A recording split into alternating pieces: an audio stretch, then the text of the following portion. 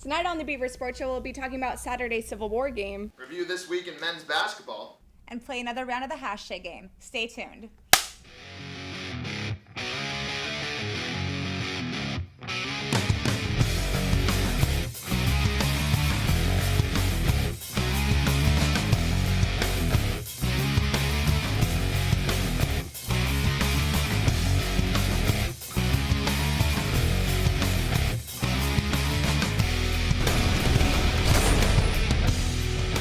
Welcome back to another edition of the Beaver Sports Show. I'm Michelle Pighin. I'm Jenna Lade. And I'm Jake McGrady. This upcoming Saturday, we have the biggest football game of the season, the Civil War. Let's talk a little bit about the game. Yep. So, obviously this is going to be a huge game. It's the biggest game of the season, the Civil War, with the 118th Civil War that we have going on.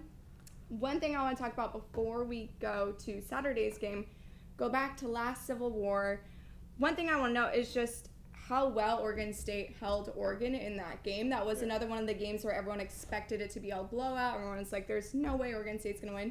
Yeah, we didn't win, but we held them by 1 point with their final touchdown with 29 seconds remaining. In Autzen, so exactly. That never happens. And I know it's a lot different circumstances. This year with Oregon was then ranked number 12. Now they're number 3. They have powerhouses like Royce Freeman, who's a freshman who has over 1,000 yards, which is just ridiculous. But a huge thing is some of the injuries as well is going to make a huge difference in this game. You know, Thomas Tyner is questionably out in this game, who was a big contributor to last Civil War's game. Oh, yeah. But we also have some losses. We have Teron Ward that's out, Chris Brown that's out, Storm Woods. He's questionable. I think he'll play, but we don't know what type of production we'll get. But we're low. Right. I think that, like I said, it seems like a no-brainer, but obviously Oregon State can pull some upsets. Our win against Arizona State, that was massive. Mm-hmm. And I feel like if we come with the drive that we have, I know we're capable of doing it. It's just a matter of unlocking that. I think that the team just needs to have that fierceness in them. And if they can bring that, there could be a chance. Well, I think that last week's game against Washington kind of upset that pride a little bit. It wasn't anything that anyone expected, losing 37-13 against the Huskies. And so I think that that's kind of going to go towards the Civil War game also. Yeah. And bring their confidence a little bit. Momentum out the window. Yeah, and I was watching an interview with Sean Mannion, I think it was just a day ago, and he was talking about this upcoming game, and something that he said was, he was like, we're going to treat this game just like it's any other game. It's just another game on the roster. And honestly, that's something that I have to disagree with. Yeah. I feel like this is our biggest game. It may be a rivalry for the fans, but you want to come in with the mental mindset we are going to win this game. And a bowl game rides on it too, so clearly it's not just any other game. Civil War, bowl game, number 2 team, we could knock Oregon out of playoff contention, so. And looking at last year's game, that's obviously what they did. They obviously didn't go into that game assuming it's just another game and then losing by 1 point against the Ducks. Yeah, exactly. I think it has a lot to do with mentality. Also, some weird stuff goes on Pac-12 after dark games. You never know what could happen, but I think if Oregon State can come with that confidence and bring what they brought with the win against Arizona State, they have a chance. I think, obviously, the favor is in Oregon. Yeah. If they come with that, Oregon State does have a chance at holding them, but I do think Oregon's going to come out on top. My prediction for the game will probably be around 47-21. I'm going to have to go. It's a really tough one. I picked Arizona State, which I regret because, why wouldn't I want to have that upset pick? So I'm going to have to go Oregon State just for the sheer facts. Fox TV, nighttime game under the stars. I'm going to have to go about 34-31 field goal win. I think it's offensive game, offensive line. Oregon State's going to have to play exactly like they did 2 weeks ago. Oregon's defensive line has always been strong. They honestly haven't been let up this whole entire season. Royce Freeman's going to run. They're going to pass. We're going to have to rely on the passing game, but I think we're just going to get that magical win. I don't know. All right. Well, now we're going to go to James Chavez with basketball. Last week, the Oregon State men's basketball team took on Oral Robert Golden Eagles in a matchup at Gill Coliseum. The game was a major defensive battle with a final score of 55-42. They held the Eagles to 20% shooting from the field, but our game did not lack offense as Gary Payton finished the night with 10 points. It was an inside game for the most part, as they outscored Oral Roberts 34-6 inside the paint. Olaf Schaftenar would lead the team in points with 12, and Malcolm Duvivier would lead in assists with 4. The team then headed to Las Vegas, Nevada, where they took part in the MGM Grand Main Event Tournament, where they faced off against the Oklahoma State Cowboys. It was a tough battle for the Beavs, as the Cowboys would end up winning 66-53. Oregon State's leading scorers included Victor Robbins with 16 and Langston Morris Walker with 13.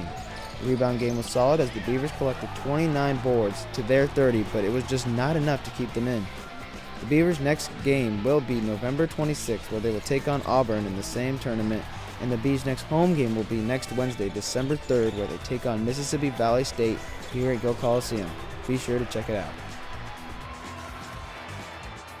Now it's time for another round of the hashtag game. So on Sunday, Marshawn Lynch finally spoke with the media after the victory over division rivals Arizona Cardinals. Now, he isn't a man of many words, and the media found this out as a response to every single question was, yeah. So give a hashtag for Marshawn's use of the English language. All right. So my hashtag for Marshawn is Lynch the Grinch. And this is why. All right. First of all, if you're an NFL player and you are going to be doing that to the press, like, it's just ridiculous to me. If you're getting paid millions of dollars, your job is to play and talk to the press. That's just part of your job. So I don't think it's appropriate to be doing things like that. Yeah, it's funny, but if you're being paid millions, don't be a Grinch. All right, Lynch the Grinch. What about you, Jake? So I'm a big Seahawks fan, so I'm used to the Marshawn, and my hashtag's kind of long. Marshawn. Because Explain. Marshawn likes to keep it quiet and hush-hush. Like, all right, and I'm going to have to give this one to Jenna. Dang it, I knew it. Lynch the Grinch. Eat it, Jake. Have fun putting that one on the screen.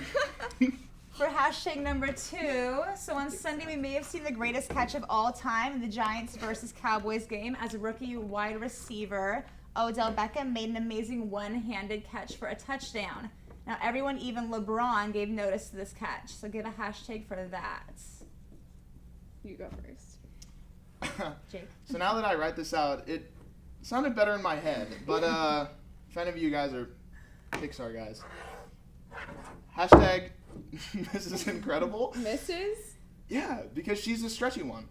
For Odell Beckham? Yeah. All right. Yeah, now that I think about it, if you've seen The Incredibles, the wife is super stretchy, and his arms were like her I've arms. seen The Incredibles. Yeah, Okay. Mrs. Incredible. All right. I'm not saying he's a girl, I'm just saying. What does Jenna have for us? All right. So, Odell Beckham, Odell Backhand. I give him Odell Backhand because obviously that was an amazing reach. Even scientists tried to literally break down his catch and said that was like some superhero stuff. So, Odell Backhand. Superhero stuff, as in Mrs. Incredible, who I think won this hashtag game. Oh my. Sorry for calling you a girl. He's All right. gonna come after you now. For hashtag number 3, the Philadelphia 76ers are not having the best season as they are 0-14. This might be the worst NBA basketball team of all time. Hashtag that. All right, so the hashtag I give for this is hashtag wow, hashtag play Kentucky. Because the fact that an NBA team is even being in question to playing against a college team is just sad. They're saying the best college team against the worst NBA team. And a lot of people are actually saying Kentucky would win that one. So I want to see the matchup. Hashtag play Kentucky. So, Philly's terrible. They quite possibly are the worst NBA team in the history of the NBA. And as we know, there's 82 games in the NBA. So I'm going to go hashtag 0-76ers because they're probably only going to win 6 games the whole year. So if they So win 6? 6, so then why is it 0-76? Because they're... If they win 6, If it'd be they- 6-76. That means they don't win Okay. one and then they lose 76. This is backfire. It's the thought that counts. All right. No, I that's a mean, good one. Jake's honestly would have won. But I didn't... But This is like my second math issue. Right? What's the verdict? The verdict is Jenna with hashtag Play Kentucky. So Jenna is the winner for this episode's hashtag game. You see that? My statistics teacher failed me. So. And that's all we have for tonight. This is the last episode of the term, so we will see you winter quarter. I'm Michelle Pighin. I'm Jenna Lade. I'm Jake McGrady. Have a good night. Hashtag Happy Thanksgiving.